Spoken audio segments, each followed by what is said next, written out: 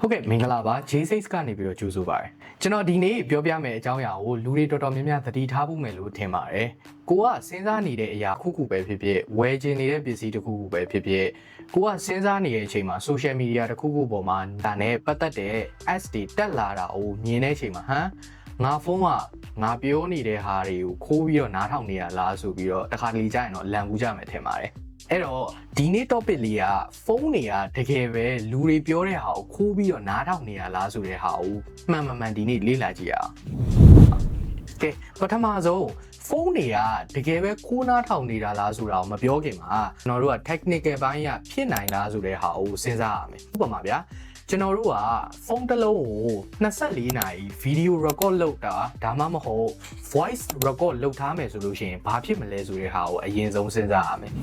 24နာရီလောက်ထားရပဲထားပါတော့ battery အရန်ကုန်လာမယ် storage မလုံလောက်တာတွေဖြစ်လာမယ်ပြီးသွားလို့ရှိရင်တကယ်လို့ဗျာကျွန်တော်တို့ကိုခိုးပြီးတော့ record လုပ်နေတယ်ဆိုလို့ရှိရင်ဒီ data တွေကို record လုပ်ပြီးတော့ server ပေါ်တင်ရမယ်အဲ့လိုမျိုးဆိုလို့ရှိရင် internet data တွေလည်းတော်တော်များများကိုယ့်ဖုန်းကနေပြီးတော့သုံးမယ်ဗျာဒီလိုမျိုး factor တွေကိုပြန်ပြီးတော့တေးသေးချာချာပြန်ပြီးစဉ်းစားကြည့်လိုက်မယ်ဆိုလို့ရှိရင်ဒီဟာတော်တော်ကြီးကိုခက်ခဲတဲ့ကိစ္စပါဒါကြောင့်ဖုန်းမှာ24နာရီလုံးလူတွေပြောတဲ့ဟာကို record လုပ်တယ်ဆိုတဲ့ဟာလက်တွေ့မှာတကယ်တော့ဖြစ်နိုင်ကြီးတော်တော်ကြီးကိုနည်းပါတယ်ဒါပေမဲ့ဒီနေရာမှာကျွန်တော်တခုပြောချင်တာက voice assistant တွေတော့မပါဘူးပေါ့ဗျာ။ဘာဖြစ်လို့လဲဆိုတော့ voice assistant တွေဖြစ်တဲ့ Siri တို့ Google တို့ဆိုတာဥပမာ Hey Siri တို့ Okay Google တို့ဆိုတဲ့ trigger word တွေပေါ့။ဒီ voice assistant တွေကိုတွားပြီးတော့ trigger ဖြစ်သွားအောင်လို့ဆိုပြီးတော့ trigger ဖြစ်စေတဲ့ word တွေပေါ့ဗျာ။ဒီဟာတွေကိုတော့ဖုန်းတွေကနားထောင်နေမှာပါ။ဒါပေမဲ့ဒီ trigger word တွေကိုသိနိုင်ဖို့ပဲဖုန်းတွေကဒီဇိုင်းလုပ်ထားတာဖြစ်တဲ့အတွက်ကြောင့်ကျွန်တော်တို့ပြောတဲ့အားလုံးတော့record လုပ်ထားတယ်ဆိုတာကြီးတော့ဒါမဟုတ်ဘူးပေါ့ဗျာ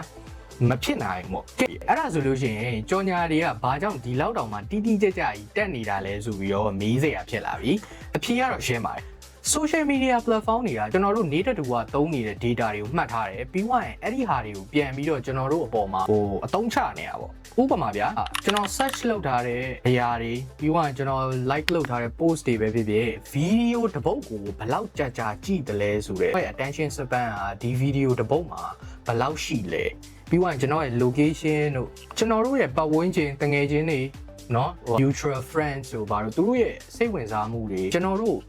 ့ဝယ်ဘူးတဲ့ပစ္စည်းပဲဖြစ်ဖြစ်ကျွန်တော်တို့ add to cart လုပ်ထားတဲ့ပစ္စည်းတွေပဲဖြစ်ဖြစ်ဒီလိုမျိုး data တွေအားလုံးပေါင်းပြီးတော့ကျွန်တော်တို့ဘာစိတ်ဝင်စားလဲဆိုတာကို algorithm တွေကခန့်မှန်းပေးတာပါဥပမာကင်မရာနဲ့ပတ်သက်တဲ့ပစ္စည်းကိုစိတ်ဝင်စားရဗျာကင်မရာလည်းစိတ်ဝင်စားတယ်အဲ့တော့ကျွန်တော်ကကင်မရာနဲ့ပတ်သက်တဲ့ဗီဒီယိုနှစ်ပုတ်သုံးပုတ်လောက်ပဲဖြစ်ဖြစ်3-4ပုတ်လောက်ပဲဖြစ်ဖြစ်ကြည့်မိတယ်ဆိုပါစို့ဒါမှမဟုတ်ကျွန်တော်စိတ်ဝင်စားတယ် online ပေါ်မှာကင်မရာ review တွေဖတ်မိတယ်လူတစ်ယောက်ကကင်မရာတစ်ခုခုဝယ်တာပဲဖြစ်ဖြစ်ပစ္စည်းတစ်ခုဝယ်တော့မယ်ဆိုလို့ရှိရင် research လုပ်တယ်ကျွန်တော်ဒီနေရာမှာဆိုလို့ရှိရင် YouTube video မှာကျွန်တော်ဆိုကင်မရာဝယ်တော့မယ်ဆို Canon Sony ဒီနှစ်ခု comparison လုပ်ပြီးတော့ကိုယ့်ရဲ့အဲ့ဒီအကုန်လုံးက algorithm ဝင်သွားပြီဖြစ်တဲ့အတွက်ကြောင့်ကျွန်တော်တို့ algorithm ကနေပြီးတော့ဒီလူကတော့ကင်မရာဝယ်တော့မယ်ဆိုတဲ့ဟာကိုခံမှန်းလိုက်တယ်အဲ့ဒီကနေစပြီးတော့ social media တွေပေါ်မှာကင်မရာနဲ့ပတ်သက်တဲ့ကြော်ညာတွေတက်လာမယ်ကင်မရာနဲ့ပတ်သက်တဲ့ပစ္စည်းတွေ accessory တွေဘာတွေညာတွေအကုန်လုံးတက်တော့မယ်နောက်တစ်ခုကျွန်တော် highlight လုပ်ချင်တာကကြတော့ဒီကြော်ညာတွေကို algorithm နဲ့ပဲရှင်းပြီးတော့ဒီကြော်ညာတွေကိုတင်ပေးတာပဲဒါပေမဲ့ကျွန်တော်တို့ကြည့်လိုက်တဲ့အချိန်မှာဟာငါဖုန်းကြီးကငါ့ကို record လုပ်နေရလားဘာလားပေါ့အဲ့လိုမျိုးတွေဒီဟာကကြတော့ဘာနဲ့ပတ်သက်လဲဆိုလို့ရှိရင် frequency illusion ဆိုတဲ့စိတ်ပိုင်းဆိုင်ရာဖြစ်စဉ်တစ်ခုနဲ့လည်းအများကြီးပတ်သက်တယ်လို့ကျွန်တော်ပြောလို့ရတယ်ရှင်းပြောရမယ်ဆိုလို့ရှိရင်ဗျာလူတွေကတခုခုကိုစိတ်ဝင်စားပြီဆိုတာနဲ့အဲ့ဒီအရာနဲ့ပတ်သက်တဲ့ဟာတွေကိုလူတွေကပို့ပြီးတော့သတိထားမိတယ်တွေ့လွယ်တယ်မြင်လွယ်တယ်အဲ့တော့ social media ပေါ်မှာဗျာကျွန်တော်ကအစားကလေးကလည်းကင်မရာကိုစိတ်ဝင်စားငါတော့ဒီကင်မရာတော့ဝယ်တော့မယ်ဒီဟာတွေကြည့်တဲ့အချိန်မှာကျွန်တော်တို့ကပေါ့ဗျာ social media ကိုပုတ်နေတဲ့အချိန်မှာတော့ကင်မရာပို့စီတက်လာတယ်ငါလည်းဘာမှလည်းဟောမဖြစ်ပဲနဲ့ဆိုတော့ပြောခဲ့သလိုပေါ့ frequency illusion လို့ခေါ်တယ်ကိုယ့်ရဲ့ brain ကကိုယ်ပြန်ပြီးတော့ surprise လုပ်စေတဲ့အဲ့ဒီဖြစ်စဉ်တစ်ခုကြောင့်လည်းအများကြီးဆိုင်တယ်လို့ကျွန်တော်ကတော့ခံမှန်းတယ်အဲ့ဒါကြောင့်လေတခုခုဆိုလို့ရှိရင်ဒါကြောင့်ငါစဉ်းစားနေတဲ့ဟာကိုဖုန်းကတိလို့ဒီတော်ညာကြီးတွေကိုထည့်ပေးတယ်ဆိုပြီးတော့ brain ကနေပြီးတော့ surprise ဖြစ်သွားတာဒီဟာကလည်းတစ်စိတ်တစ်ပိုင်းဆိုင်နေပေါ့အဲ့တော့ကျွန်တော်တို့က privacy ကိုအလေးထားခြင်းတယ်ဆိုလို့ရှိရင်ဒီလိုပုံစံမျိုးကြီးတွေက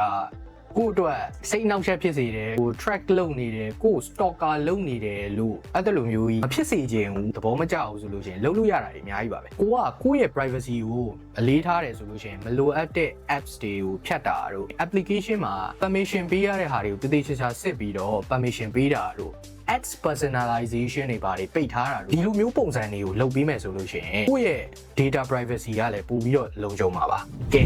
ဒါဆိုလို့ရှိရင်ဖုန်းတွေကတကယ်ပဲလူတွေပြောတာကိုခိုးနားထောင်နေတာလားဆိုတဲ့အဖြေကမဟုတ်ပါဘူးညာတော့အဖြေမဟုတ်ပါဘူးเนาะဒါပေမဲ့ဖုန်းတွေကနားတော့နားထောင်နေရဲ့ only trigger wordsအဲ့ဒီ trigger words တွေပဲနားထောင်နေရဖြစ်တဲ့အတွက်ကြောင့်တခြားဟာတွေကတော့အများကြီးစိတ်ပူစရာမရှိပါဘူးအခုချိန်ဒီလဲတက်တည်ပြစရာဖုန်းတွေကနားထောင်ပြီးတော့ဒီကြော်ညာတွေကိုကျွန်တော်တို့ social media တွေပေါ်မှာတင်ပေးနေရဆိုတဲ့ဟာကျွန်တော်တို့စီမှာတက်တည်မရှိဘူးအချိန်မှာဘာလို့ပဲအဖြေပေးလို့ရမလဲဆိုတော့ algorithm လို့ပဲအဖြေပေးရမယ် algorithm တွေက